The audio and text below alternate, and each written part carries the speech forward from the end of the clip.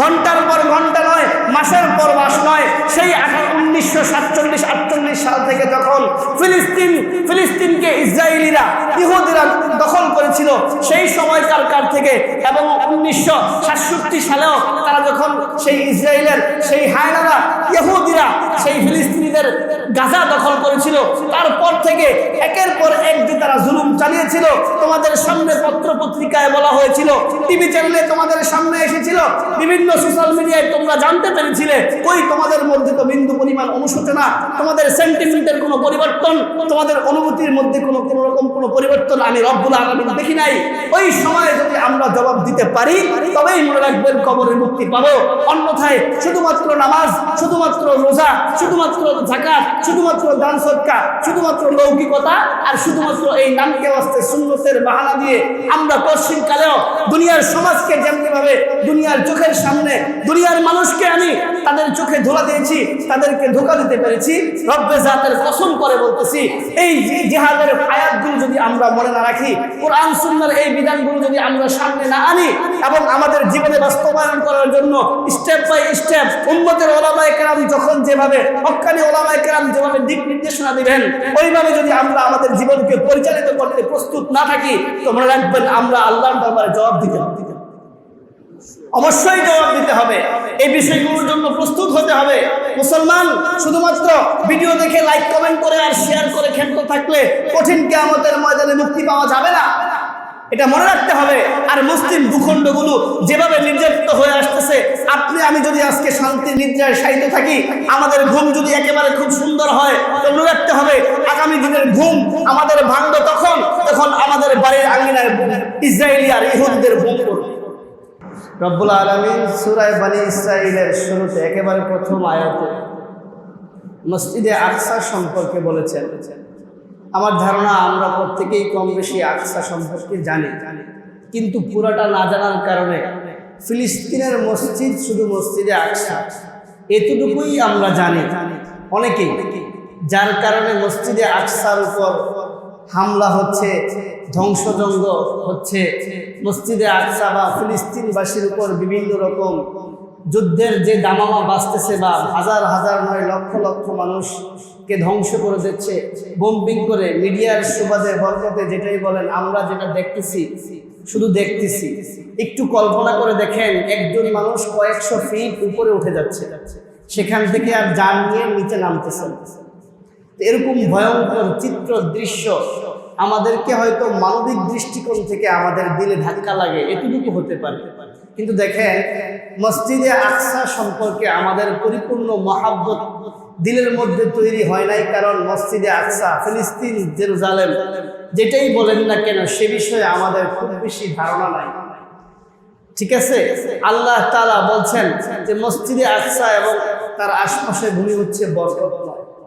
মসজিদে আকসা এমন এক জায়গা, কাবা শরীফের পরে দ্বিতীয়তে মসজিদে আকসা তৈরি হয়েছিল। মসজিদে আকসা হচ্ছে সেটা, মসজিদে নববী এবং কাবা এই দুইটার পরে সবচেয়ে সম্মানিত জায়গা হচ্ছে মসজিদে আকসা। মসজিদে আকসা হচ্ছে সেই জায়গা পয়গম্বরে আরবি রাসূলে আকদাস সাল্লাল্লাহু আলাইহি ওয়াসাল্লাম যে জায়গা থেকে মেরাজে গিয়েছিলেন, যেখান থেকে সরাসরি আল্লাহর সাথে সাক্ষাৎ করে উম্মতে মুহাম্মদীর জন্য সকল কিছু সহজ করে এনেছিলেন। তো মুহতারাম, মসজিদে আকসা হচ্ছে ওই জায়গা। সাহাবী হযরতে আবু দারদা থেকে বর্ণিত হাদিস, তিনি বলেন পয়গম্বর সাল্লাল্লাহু আলাইহি ওয়াসাল্লাম ফরমায়েছেন যে ওই মসজিদে আকসায় এক ওয়াক্ত নামাজ 500 ওয়াক্ত নামাজের মানে এক গুণে 500 গুণ পরিমাণ সওয়াব। কাবায় যেমন সওয়াব, মসজিদে নববীতে যেমন সওয়াব হয়, আমরা সেই দুইটাকে খুব বেশি মনে প্রাণে লালন করি, হৃদয়ে ধারণ করি, কারণ সেটার ফজিলত সম্পর্কে আমাদের জানা। কিন্তু মসজিদে আকসা শুধুমাত্র ফিলিস্তিনিদের হওয়ার কারণেই সম্মানিত নয়। মসজিদে আকসা থেকে যদি কেউ উমরার নিয়ত করে ইহরাম বাঁধে, পয়গম্বর আরবি বলেন আল্লাহ তাআলা তার গুনাহ মাফ করে দেন। এরকম হাজারো ফজিলত হযরত সুলাইমান আলাইহিস সালাম থেকে শুরু করে পয়গম্বর সাইয়্যিদনা মূসা আলাইহিস সালাম, হযরত ইব্রাহিম আলাইহিস সালাম, হযরত ইসহাক আলাইহিস সালাম, হযরত ইয়াকুব আলাইহিস সালাম, হযরত ঈসা আলাইহিস সালাম সহ একাধিক পয়গম্বর সেখানে জন্মগ্রহণ করেছেন এবং দাওয়াতের কাজ করেছেন।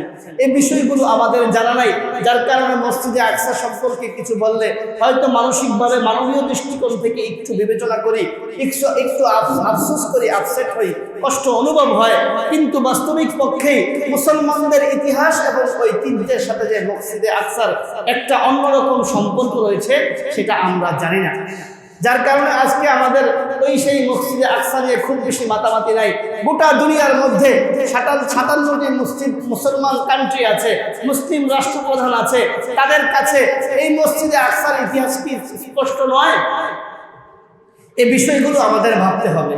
ওই যেটা শুরুতে বললাম, আমরা মুসলমান এখানে এখনো যেভাবে নিরাপত্তার চাদরে আবৃত আছি, ওই মসজিদে আকসার আশপাশে জেরুজালেম বলেন আর ফিলিস্তিন বলেন, তাদের সম্পর্কে যদি আমাদের ন্যূনতম ধারণা হইতো, একজন মা তার পেটে গর্ভধারণ করা বাচ্চাকে নিয়ে সে দ্বিধাদ্বন্দ্বে আছে, সে তো বাঁচবেই না। মায়েদের যে মাতৃসুলভ যে চরিত্র স্বভাব, সে তার বাচ্চার চিন্তা করতেছে, সে এজন্য অজ্ঞান হয়ে যাচ্ছে, পেরেশান হয়ে যাচ্ছে।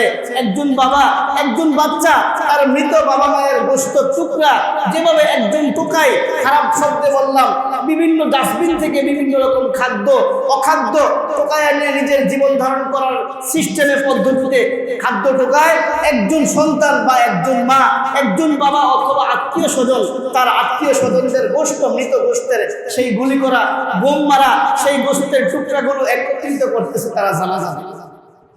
এই চিত্রগুলো ভিডিও ফুটেজ দেখে বললাম কি, মানবীয় দৃষ্টিকোণ থেকে শুধুমাত্র আমাদের একটু অনুশোচনা। আল্লাহ রাসূল সাল্লাল্লাহু আলাইহি ওয়াসাল্লাম বলেন, আল মুসলিম আখুল মুসলিম, এক মুসলমান আর এক মুসলমানের ভাই। অন্য হাদিস থেকে আমরা জানি এই কথাগুলো আমাদের মুখস্থ, যে সকল মুসলমান এক এবং অভিন্ন, প্রত্যেকের সকল মুসলমানের একটাই দেহ।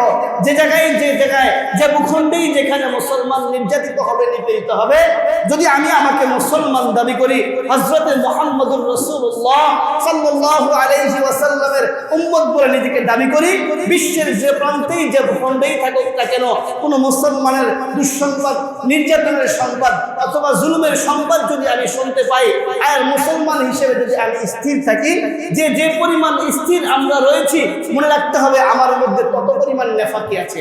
এটাই বাস্তবতা। আপনি আমি মানি আর না মানি, ভালো লাগুক আর না লাগুক, এই কথাগুলো সন্তুষ্টির আকারে আমরা গ্রহণ করি বা না করি, বাস্তবিক পক্ষে আপনার আমার অন্তর যদি ধাক্কা না লাগে, তো মনে রাখতে হবে আপনার আমার ঈমান পরিপূর্ণ না, আপনার আমার ঈমান একেবারে কামেল না। মুত্তাকি হওয়ার জন্য যে রমজান আমাদের থেকে গত হয়েছে, রমজানের পরবর্তী সময়ে যে ধ্বংসযজ্ঞগুলো গাজার মধ্যে এবং ফিলিস্তিনের বিভিন্ন অঞ্চলে চলছে, সেটাকে যদি আমরা শুধুমাত্র মানবিক সেন্টিমেন্ট শুধুমাত্র এতটুকুই জানি, তো মনে রাখতে হবে ঈমানের জায়গা থেকে আমরা অনেক পিছিয়ে। আমাদের ঈমানকে অনেক বেশি জ্বালাই করতে হবে। রবের কাছে যদি দাঁড়াইতে হয়, পয়গম্বরের উম্মত দাবি করে সেই হাউজে কাউসার যদি আমরা স্বপ্ন দেখি বা দেখতে চাই, সেটা যদি করতে হয়, মনে রাখবেন আজকে থেকে আমাদের ঈমানের অনেক বেশি মজবুতির জন্য এর পেছনে মেহনত করতে হবে। অন্যথায় আমরা উম্মতে মুহাম্মদী হিসেবে বলেন অথবা মুসলিম জাতি হিসেবে বলেন, কোন দিক থেকেই রবের কাছ থেকে আমরা মুক্তি পাবো না। মনে রাখবেন, প্রতিনিয়ত 5 ওয়াক্ত নামাজ শুধুমাত্র ঈমানদারের ঈমানি দায়িত্ব নয়, শুধুমাত্র রমজান মাসের রোজা আর হজ যাকাত করেই ঈমানদার কখনোই ক্ষান্ত হতে পারে না। জিহাদের যে পয়গাম আল্লাহ রাসূল বলেছেন, কোরআনের বিভিন্ন আয়াতে যে জিহাদের বাণীগুলো স্পষ্ট আছে, এই বিষয়গুলো সম্পর্কে আমরা কেমন জানি, যারা আলোচনা করে তাদেরকে বাতাল দৃষ্টিতে দেখতে চাই, আর এ বিষয়ে আমরা জানতে চাই না। নববী সুন্নতের নামে শুধু সুন্নত শিখতে চাই, কিন্তু নবীর যে জীবদ্দশায় কতগুলো যুদ্ধে নিজের সশরীরে 27টা যুদ্ধে পয়গম্বর সশরীরে অংশগ্রহণ করেছেন, এই সুন্নত কোথায়? মুসলিম জাতি এই সুন্নত যেদিন থেকে বলতে শুরু করেছে, মুসলমানদের উপর ওই দিন থেকে জুলুম, অত্যাচার আর নির্যাতনের স্টিমরোল চলতে শুরু হয়েছে।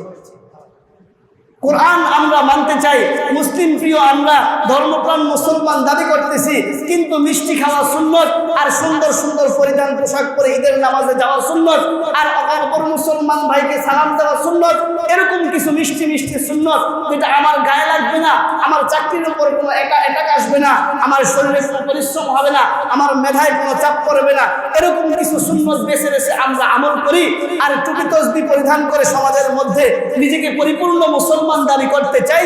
মনে রাখবেন, সমাজের সকলকে ধোঁকা দিতে পারেন, দুনিয়ার সব মানুষকে জানান দিতে পারেন, আপনি আমি দিতে পারি যে আমি মুসলমান, আমি হাফেজ মাওলানা মুফতি হয়েছি, আমি সমাজের সমাজপতি, আমি মসজিদের সভাপতি, আমি পাক্কা ইমানদার, আমি প্রথম কাতারের মুসল্লি হতে পারি, কিন্তু রব্বে কাবার কাছে যখন দাঁড়াইতে হবে ওই সময় হিসাব দেওয়ার জন্য প্রস্তুত থাকেন। মালিক যখন জিজ্ঞাসা করবে তুমি কিভাবে মিষ্টি মিষ্টি কথা বলে আর সুন্দর সুন্দর পোশাক পরে তোমার জীবন শেষ করেছো, আর তোমার মুসলমান ভাই এক জায়গায় অন্য প্রান্তে তাদের জীবনে ঘুম নাই, তাদের কোনো খাবার নাই, তাদের সেকেন্ডের কোনো ভরসা ছিল না, ঘন্টার পর ঘন্টা নয়, মাসের পর মাস নয়, সেই 1947-48 সাল থেকে যখন ফিলিস্তিনকে ইসরায়েলিরা ইহুদিরা দখল করেছিল সেই সময়কার থেকে এবং 1967 সালেও তারা যখন সেই ইসরায়েলের সেই হায়নারা ইহুদিরা সেই ফিলিস্তিনিদের গাজা দখল করেছিল, তারপর থেকে একের পর এক যে তারা জুলুম চালিয়েছিল, তোমাদের সামনে পত্র পত্রিকায় বলা হয়েছিল, টিভি চ্যানেলে তোমাদের সামনে এসেছিল, বিভিন্ন সোশ্যাল মিডিয়ায় তোমরা জানতে পেরেছিলে, কই তোমাদের মধ্যে তো বিন্দু পরিমাণ অনুশোচনা, তোমাদের সেন্টিমেন্টের কোনো পরিবর্তন, তোমাদের অনুভূতির মধ্যে কোনো রকম কোনো পরিবর্তন আমি রব্বুল আলামিন দেখি নাই। ওই সময় যদি আমরা জবাব দিতে পারি তবেই মনে রাখবেন কবরের মুক্তি পাবো, অন্যথায় শুধুমাত্র নামাজ, শুধুমাত্র রোজা, শুধুমাত্র যাকাত, শুধুমাত্র দান সদকা, শুধুমাত্র লৌকিকতা আর শুধুমাত্র এই নামকে ওয়াস্তে সুন্নতের বাহানা দিয়ে আমরা পশ্চিম কালেও দুনিয়ার সমাজকে যেমনি ভাবে দুনিয়ার চোখের সামনে দুনিয়ার মানুষকে আমি তাদের চোখে ধোলা দিয়েছি, তাদেরকে ধোঁকা দিতে পেরেছি। রব্বে জাতের কসম করে বলতেছি, এই জিহাদের আয়াতগুলো যদি আমরা মনে না রাখি, কোরআন সুন্নাহর এই বিধানগুলো যদি আমরা সামনে না আনি এবং আমাদের জীবনে বাস্তবায়ন করার জন্য স্টেপ বাই স্টেপ উম্মতের ওলামায়ে কেরাম যখন যেভাবে হক্কানি ওলামায়ে কেরাম যেভাবে দিক নির্দেশনা দিবেন ওইভাবে যদি আমরা আমাদের জীবনকে পরিচালিত করতে প্রস্তুত না থাকি, তো মনে রাখবেন আমরা আল্লাহর দরবারে জবাব দিতে হবে, অবশ্যই জবাব দিতে হবে। এই বিষয়গুলোর জন্য প্রস্তুত হতে হবে। মুসলমান শুধুমাত্র ভিডিও দেখে লাইক কমেন্ট করে আর শেয়ার করে খেলতে থাকলে কঠিন কিয়ামতের ময়দানে মুক্তি পাওয়া যাবে না, এটা মনে রাখতে হবে। আর মুসলিম ভূখণ্ডগুলো যেভাবে নির্যাতিত হয়ে আসতেছে, আপনি আমি যদি আজকে শান্তি নিদ্রায় শায়িত থাকি, আমাদের ঘুম যদি একেবারে খুব সুন্দর হয়, তো মনে রাখতে হবে আগামী দিনের ঘুম আমাদের ভাঙবে তখন আমাদের বাড়ির আঙ্গিনায় ইসরায়েলি আর ইহুদিদের ঘুম করবে। এর আগে যদি আমরা সতর্ক না হই, তখন অন্যান্য মুসলমান ভাইয়েরাও আমাদের দিকে অগ্রসর হবে না। আমরা যখন নির্যাতিত হব, আমরা যখন নিপীড়িত হব, আমরা যখন আল্লাহ না করুক আমাদের ইমানের দুর্বলতার কারণে, আমাদের পদক্ষেপের ভুলের কারণে, রব্বে কাবার সেই হুকুম থেকে দূরে সরে যাওয়ার কারণে আমাদের উপরে যখন জুলুম আসবে, আমাদের উপরে যখন নির্যাতন আসবে, দুনিয়ার কোনো প্রান্ত থেকে আমাদেরকে কেউ বিন্দু পরিমাণ সমবেদনা জানাবে। এটাই বাস্তবতা। এই বিষয়গুলো যদি আমরা উপলব্ধি উদ্ভাবন করতে না পারি, তো মনে রাখবেন ইমানের জায়গা থেকে আমরা এখন অনেক নিচে। শূন্যের কোঠায় বললেও খুব বেশি ভুল হবে না। আমরা যে ইমান লালন করি, এই ইমান দিয়ে জান্নাত কেন, এই ইমান দিয়ে জান্নাত কেন, জান্নাতের গ্রাম পাওয়া খুব বেশি দুষ্কর হয়ে যাবে। তো রবের দয়াও যদি আমাদেরকে পেতে হয়, আমাদেরকে এই বিষয়গুলো বুঝতে হবে। আর ইহুদি যাদের ব্যাপারে আমাদের মায়া কান্না, আমরা যখন বিভিন্ন সময় ওলামায়ে কেরাম উম্মতের যারা রাহবার তারা যখন বলে ইহুদি পণ্য বয়কট করেন, ইহুদিদের পণ্য ছেড়ে দেন, ইসরায়েলিদের পণ্য ছেড়ে দেন এবং এই জাতীয় যারা আছে সবকিছু বাদ দেন, তখন আমরা বিভিন্ন রকম যুক্তি দ্বারা করাই। কিন্তু আপনি কি জানেন ইহুদির ইতিহাস কি জানান আপনারা? ইহুদিরা কারা? আজ পর্যন্ত ইহুদিরা গোটা দুনিয়ার জমিনে যত ফেতনা হয়েছে, সর্বকালের শ্রেষ্ঠ প্ল্যানার ছিল ওরা। সবচেয়ে উন্নত প্ল্যান করে মুসলমানদেরকে, ইসলামী ভূখণ্ডকে নষ্ট এবং ধ্বংস করার জন্য এই ইহুদিরাই উস্তাদ। আল্লাহ তাআলা যেখানে ইহুদিদের ব্যাপারে বলেছেন তারা ধ্বংসপ্রাপ্ত, তাদের উপর থেকে আল্লাহর রহমত উঠে গিয়েছে, কারণ তারা আল্লাহর হুকুম অস্বীকার করত। ইহুদিরা এমন এক জাতি, ইহুদিরা হচ্ছে, সংক্ষেপে আপনাদেরকে ইতিহাস বলি, ইহুদিরা হচ্ছে ওই জাতি যারা পয়গম্বরদেরকে ধরে নিরীহ অসহায় পয়গম্বরদের উপর এত জুলুম করতেন, তাদেরকে হত্যা করে ফেলতেন। যারা দুনিয়ার মধ্যে সর্বশ্রেষ্ঠত্বের অধিকারী হয়ে দুনিয়াতে নাজিল ও আল্লাহ তাআলা অর্পিত করেছেন, যাদের উপর আসমানি কিতাব নাজিল করতেন, তাদেরকে এই ইহুদিরা ধ্বংস করত। এমনকি আমাদের পয়গম্বর রাসূল আকরাম সাল্লাল্লাহু আলাইহি ওয়াসাল্লামকে একাধিকবার মারার জন্য, হত্যা করার জন্য তারা চেষ্টা করেছে। প্রথম তারা চেষ্টা করে, যখন ইহুদিরা একেবারে বুঝতে পারলো যে মুহাম্মদুর রাসূলুল্লাহ তো আমাদের বিরুদ্ধে করছে, তখন তাকে কিভাবে মারবে বিচারের বাহানা দিয়ে তাকে বিচারক বানিয়ে তাদের কাছে নিয়ে গেল, এক দেয়ালের পিছনে বসালো এবং উপর থেকে তারা পাথর মারার চিন্তা ভাবনা করলো। কিন্তু রব্বুল আলামিন হযরত জিবরাইল আলাইহিস সালামের মাধ্যমে পয়গম্বর আরবীকে সতর্ক করে দিয়েছেন। আল্লাহ তাআলা তার নবীর সেই জান হেফাজত করেছেন। পরবর্তীতে এক ইহুদি মহিলা পয়গম্বরের দরবারে ছাগলের গোশত রান্না করে নিয়ে এসেছে, হাদিয়া স্বরূপ দেখাইছে যে হাদিয়া দিয়ে এসেছে। তো তিনি সে হাদিয়া গ্রহণ করার সময় যখন গোশত মুখে নিলেন, তখন ওই এক riwayate আছে গোশতের জবান আল্লাহ তাআলা খুলে দিয়েছেন এবং সেই গোশত বলেছে এই গোশতের মধ্যে বিষ রয়েছে। অন্য riwayate আছে যে রাসূলুল্লাহ সাল্লাল্লাহু আলাইহি ওয়াসাল্লামকে হযরত জিবরাইল আলাইহিস সালামের মাধ্যমে আল্লাহ তাআলা সতর্ক করে দিয়েছেন যে পয়গম্বর আপনি এই গোশত ভক্ষণ করবেন না, এর মধ্যে ওই ইহুদি মহিলা ষড়যন্ত্র করে আপনাকে হত্যা করার জন্য বিষ মিশিয়ে নিয়ে এসেছে। তার 3 বছর পর যখন পয়গম্বর আরবীর হায়াত শেষ হয়ে গেল, আম্মা জান আয়েশা রাদিয়াল্লাহু তাআলা আনহা থেকে এক হাদিসে বর্ণিত আমরা জানতে পারি, সেই হাদিস থেকে পয়গম্বর বলেছিলেন ওই সময় মানুষ হিসেবে, মানবীয় গুণ হিসেবে প্রত্যেকের মৃত্যু যন্ত্রণা হবে। তিনি পয়গম্বর ছিলেন, আল্লাহ রহম করেছেন, কিন্তু তিনি তো মানুষ ছিলেন। ওই সময় পয়গম্বর আরবী আম্মা জান আয়েশাকে বলেছিলেন যে তোমার কি মনে আছে 3 বছর পূর্বে এক ইহুদি মহিলা আমাকে মিশ্রিত গোশত খাওয়াইছিল এবং সেটার প্রভাব আমার শরীরে এত পরিমাণে এখন যন্ত্রণা দিচ্ছে, আমার শরীর যেন জ্বলে পুড়ে ছাই হয়ে যাচ্ছে। তারপরে আবার ওই ইহুদিরা পয়গম্বর আরবীকে বান মারলেন, জাদুটনা করলেন, সুই এবং সুতার মাধ্যমে 11টা গিট দিয়ে এক কূপের নিচে এমন ভাবে বান মারলেন যে পয়গম্বর আরবী 6 মাস এমন অসুস্থ ছিলেন, স্বাভাবিকভাবে চলাফেরা করতে পারছিলেন না। আম্মা জান আয়েশা রাদিয়াল্লাহু তাআলা আনহা থেকে বর্ণিত হাদিস থেকে জানা যায়, তিনি বলেন যে পয়গম্বর আরবী এত পরিমাণে অসুস্থ হয়ে গেলেন, তিনি পয়গম্বর হওয়ার পরেও মনে রাখতে পারতেন না তিনি কোন কাজ করেছেন অথবা কোন কাজ করেননি। এরকম বিভিন্ন সময় বিভিন্ন রকম ষড়যন্ত্র করেছিল ইহুদিরা। তারপরে আল্লাহ তাআলা জিবরাইলের মাধ্যমে এই জানিয়ে দিলেন যে আপনি অসুস্থতার কারণ হচ্ছে ওই ইহুদিরা আপনার উপর জাদুটনা করেছে, বান মেরেছে। তখন সূরা ফালাক এবং সূরা নাস নাজিল করেন। সূরা ফালাক এবং নাসের মাধ্যমে ওই 11টা গিট প্রত্যেক আয়াত পরে পরে একটা করে গিট খুলে পয়গম্বর আরবীর সেই জাদুটনা কেটেছিল। এইখান থেকে শরীয়তে একটা বিষয় প্রমাণিত, কারো উপর যদি জাদুটনা হয়, কেউ যদি কারো উপর বান মারে অথবা এই জিন জাতীয় কোনো সংক্রান্ত কোনো সমস্যা হয়, সূরা ফালাক এবং নাসের আমরা আমল করব, আয়াতুল কুরসির আমল করব, আল্লাহ তাআলা তখন আমাদেরকে হেফাজত করবেন। মুহতারাম, এটা বলা মাকসাদ নয়, যেটা বলতেছিলাম। তারপরে সর্বশেষ পয়গম্বর আরবী রাসূল আকরাম সাল্লাল্লাহু আলাইহি ওয়াসাল্লামের লাশ মোবারককে চুরি করার জন্য ইহুদিরা কম ষড়যন্ত্র করে নাই। নুরউদ্দিন জেঙ্গির সময় তারা সর্বশেষ একেবারে কাছাকাছি চলে গিয়েছিল। নুরউদ্দিন জেঙ্গিকে পয়গম্বর আরবী আল্লাহ তাআলা পয়গম্বর আরবীর মাধ্যমে স্বপ্নযোগে জানিয়ে দিয়েছিলেন, তুমি ঘুমাইতেছ নুরউদ্দিন জেঙ্গি, আর আমি পয়গম্বরের লাশ ইহুদিরা চুরি করার জন্য পায়তারা করছে। তখন নুরউদ্দিন জেঙ্গি সেটা যেন কোনোভাবেই চুরি করতে না পারে তার পদক্ষেপ গ্রহণ করেছিলেন। এরকম আরো ভয়ঙ্কর অনেক ইতিহাস আছে। আল্লাহ তাআলা স্পষ্ট করে কোরআনে বলে দিয়েছেন, মূসা আলাইহিস সালামের সময় তারা স্পষ্ট ইহুদিরা বলেছিল যে আমরা আল্লাহকে না দেখা পর্যন্ত সেটা বিশ্বাস করি না। মূসা, তুমি যতই বলো যেই রব এর কথা তুমি বলতেছ, যেই রবের দাসত্ব নিয়ে তুমি আমাদের সামনে উপস্থিত হয়েছ, ওই আল্লাহকে দেখা পর্যন্ত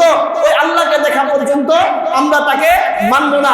সূরা বাকারা পড়ে দেখেন আল্লাহ তাআলা কি বলছেন স্পষ্টভাবে, ওয়াদরিবাত আলাইহিমুদ দিল্লাতু ওয়াল মাসকানাতু ওয়া বাউ বিগাদাবিন মিনাল্লাহ।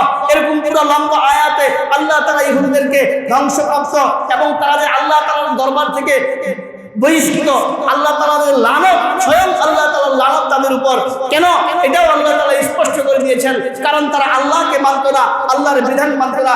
অনেক পয়গম্বরকে তারা নির্বিচারে বিনা অপরাধে হত্যা করেছে। এরকম ভয়ঙ্কর এক জাতি হচ্ছে ইহুদি।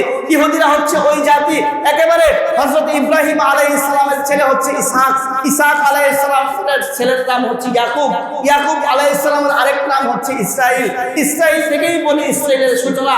এবং ইসরাইল আলাইহিস সালামের আরেকটা বংশধর ওই ইয়াকুব আলাইহিস সালামের ওইখান থেকেই বংশ, তাদের সেই ধারাবাহিকতা এসেছিল, সেখান থেকেই ইয়াহুদা, আর ইয়াহুদা থেকেই ইয়াহুদীদের এই উৎপত্তি হয়েছিল। সংক্ষেপে এতটুকু বললাম, ইয়াহুদীদের ওই ইয়াকুব আলাইহিস সালামের শুরু থেকে আজকের এই ইসরায়েল পর্যন্ত 2025 সাল পর্যন্ত ইহুদিরা ওই আল্লাহ তাআলার কাছ থেকে অভিশপ্ত হওয়ার কারণে আজ পর্যন্ত স্বাধীন কোনো রাষ্ট্রভূমি তারা পায় নাই এবং কিয়ামত পর্যন্ত পায় না। যুদ্ধ করতে পারবে, মানুষ মুসলমানদের অনেক জান নিতে পারবে, কিন্তু আল্লাহ তাআলা ওয়াদা করে দিয়েছেন যে কিয়ামত পর্যন্ত তারা যাযাবর থাকবে, কারণ তারা আল্লাহর দুশমন। আল্লাহর সাথে তারা যুদ্ধ ঘোষণা করত, সমসাময়িক সকল পয়গম্বরদের বিরুদ্ধে করত। তারা এমন এক জাতি, তাদের মতো নষ্ট, তাদের মতো নোংরা, তাদের মতো অসভ্য, তাদের মতো অশ্লীল দুনিয়ায় কোনো জাতি আর হবে না এবং কিয়ামত পর্যন্ত আসবেও না। তাদের পণ্য বয়কট করার ক্ষেত্রে আমি আপনি মুসলমানদের যেই পরিমাণ মায়া লাগে, ইসরায়েল এই পণ্য বয়কট করতে যে পরিমাণ সহানুভূতি আমরা দেখাইতে চাই, বিভিন্ন বাহানা আর যুক্তি দাঁড় করাই, ওই গাজার মুসলমান আর ফিলিস্তিনিদের ব্যাপারেও তো এই পরিমাণ উদ্যোগ আমাদের। এই বিষয়টি একটু ভাববেন। আমি মনে করতেছি যে ইসরায়েলি পণ্য বয়কট করে কি হবে? আরে ইসরায়েলি পণ্য বয়কট যদি না করেন, আপনার টাকা দিয়েই তো আপনাকে মারতেছে, এটা বুঝতেছেন না কেন?